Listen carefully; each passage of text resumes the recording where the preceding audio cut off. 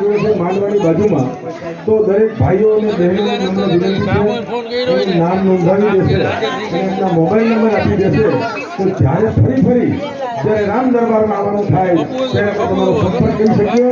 તો જે લોકોએ નામ નવી નો ભાઈ 700 રૂપિયા 500 700 800 જૂની નો થાય આ તો વાર તો લાગે ને ત્યાં પાછા 500 થઈ ગયા હોય